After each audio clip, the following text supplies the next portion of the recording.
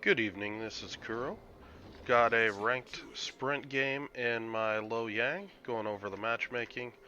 The enemy team has an Alabama, Double Bismarck, Cleveland, Chapiev, Akizuki, and a Lo Yang. The map is Shatter, 3-cap domination. Gonna give you a rundown on this. The general lesson this game is the value of just cutting things off. And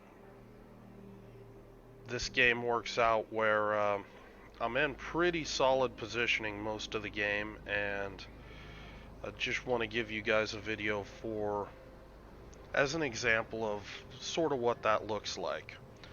So initially, um, I make the call I'm going to B-cap. My Hydro is of more value on B-cap than it is than the Benson is on B-cap, so it only makes sense to Benson go to C along with a radar ship.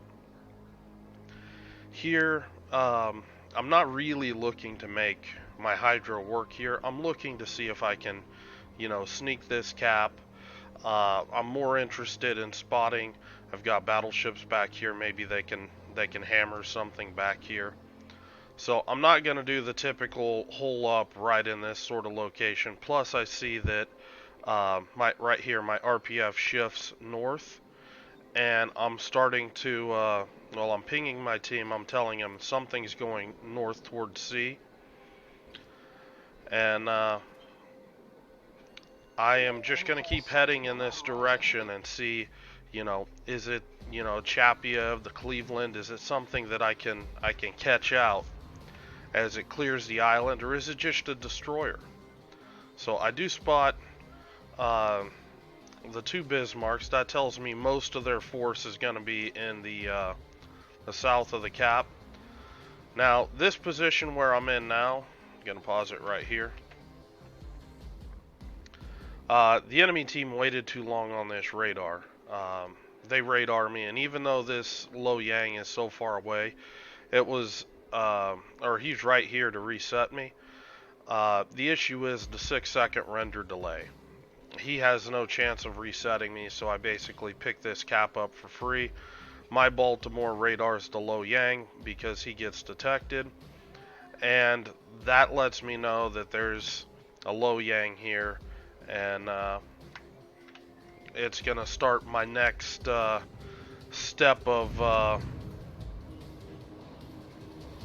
the game, and that is pushing this Lo Yang. I figure that we've got 3 ships spotted in the south here. I'm pretty sure my RPF is on the Lo Yang, that there's nothing else behind this island at the moment. There's the Cleveland.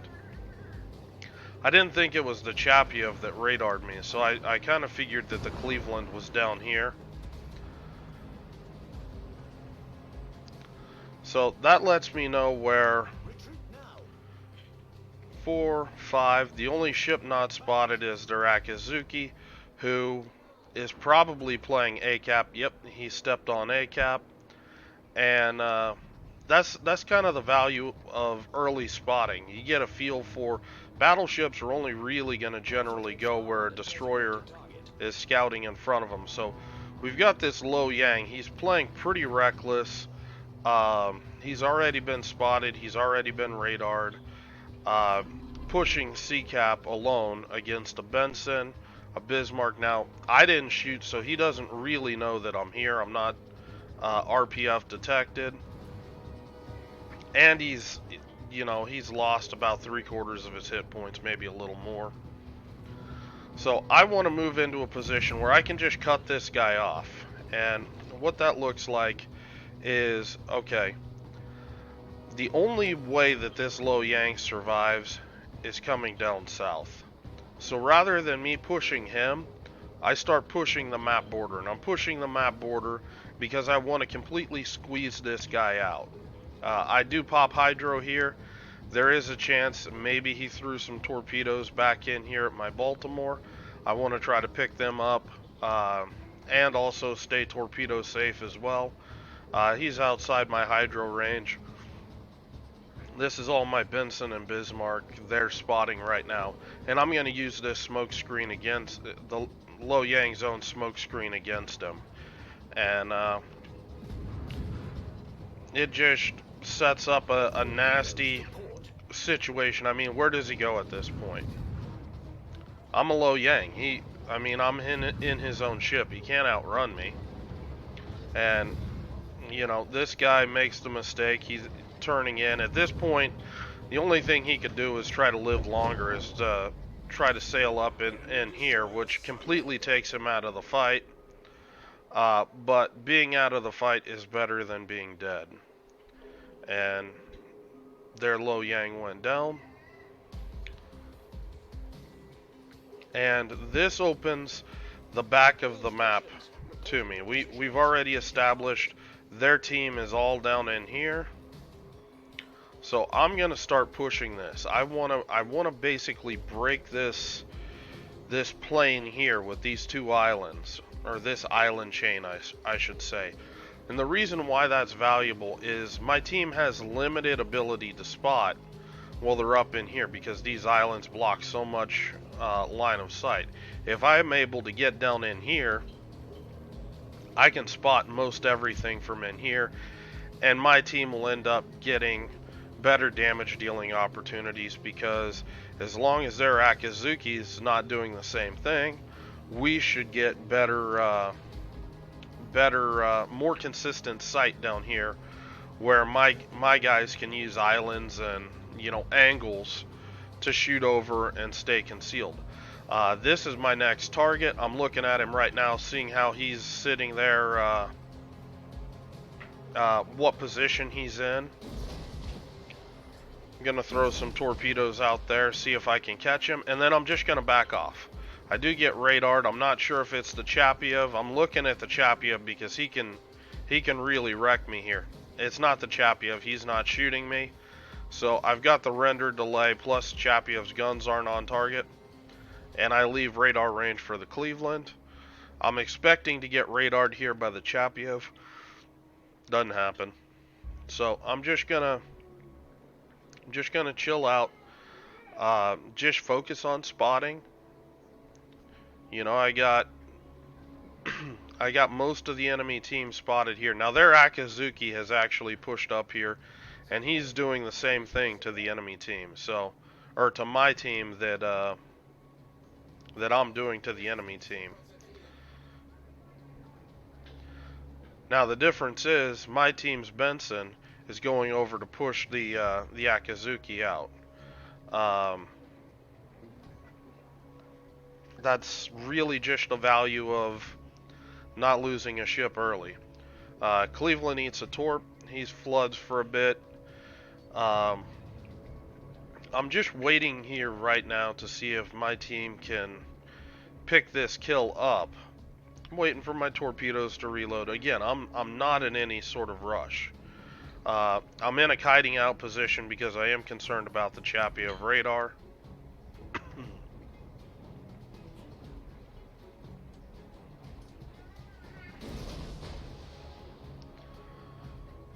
I'm launching these torpedoes at the Bismarck, expecting him to turn in. And then with the torpedoes out in the water, I'm just going to see what I can do about this Cleveland. I do have, now that I've cleared the way, I do have a Bismarck that's pushing up here. Cleveland starts shooting at me. I'm not interested in trading a bunch of hit points for this kill. So I'm just angling away. I'm playing very defensive. Just trying to make myself hard to hit. And just not getting the level of pen damage that I need. I don't have our IFHE on the build. And got a fire, but the Cleveland's repair was up. Wasn't able to do anything. My torps kind of wasted Bismarck, either with hydro or whatever. Didn't opt to turn in. And, you know, that's that. My Bismarck is able to put down the Cleveland.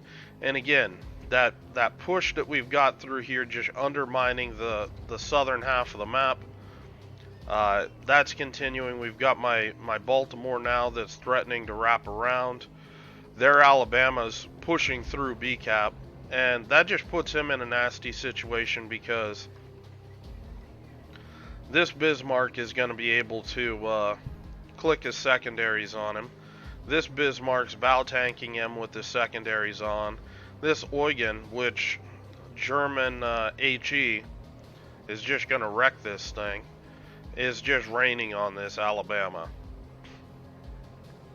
That tells me that this ship most likely dead. And, you know, it's the map now is opening up even more.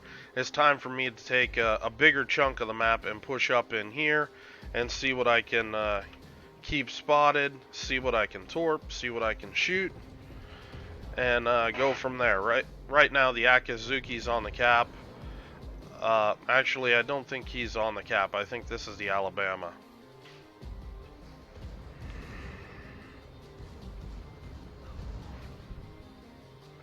But on the flip side, my Benson, he's pretty much doing the same thing right now that I'm doing. He's pushing in there, although he doesn't have much in the way of support. He's a lot closer to the enemy.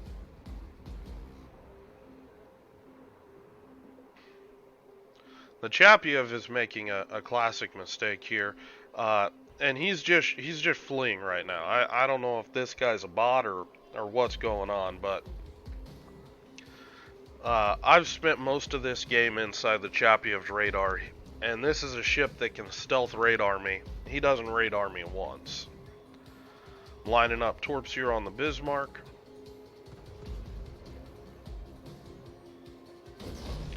It's not the best angle through here, but it's something.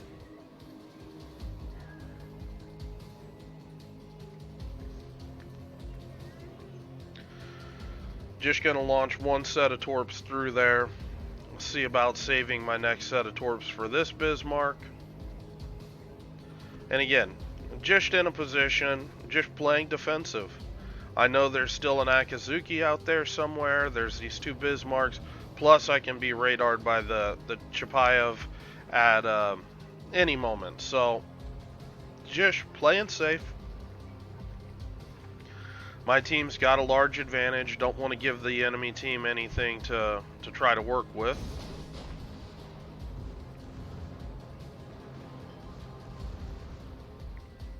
Those torpedoes look good.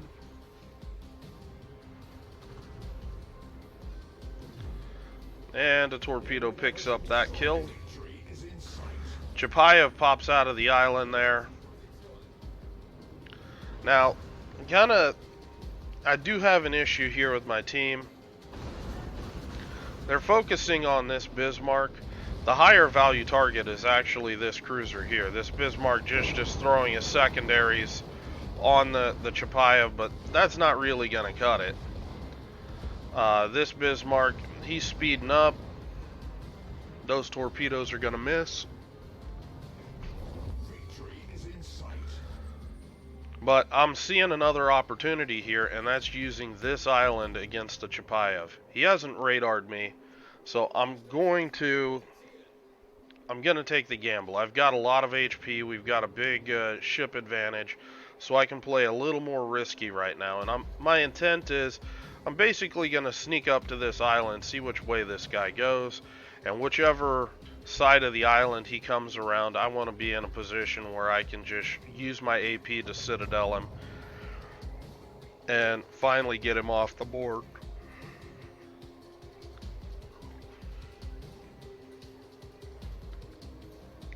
The Akazuki and the Bismarck do kill my Benson, unfortunately. But we're still sitting on a commanding point lead. We've still got time to work, and my trap is just about set. I'm just waiting to see if this Chapiev's gonna radar or not. He's not, and now I know he's mine. He's not really looking at me, so off to the races.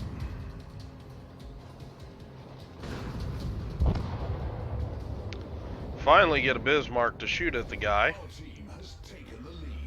But at this point, this game is well in hand. I've got the option of just swinging west, capping A, or coming back to defend B cap.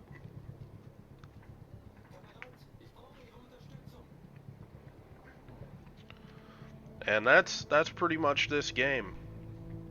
Um, I, this game again just generally focused on areas where the enemy team was misplaying and trying to take advantage of that and cutting ships off and not letting them escape. Let them try to pick those kills up. I picked up, the Lo Yang, crippled the Cleveland, and then eventually was able to work over the Chapayev and remove that final radar threat from the enemy team.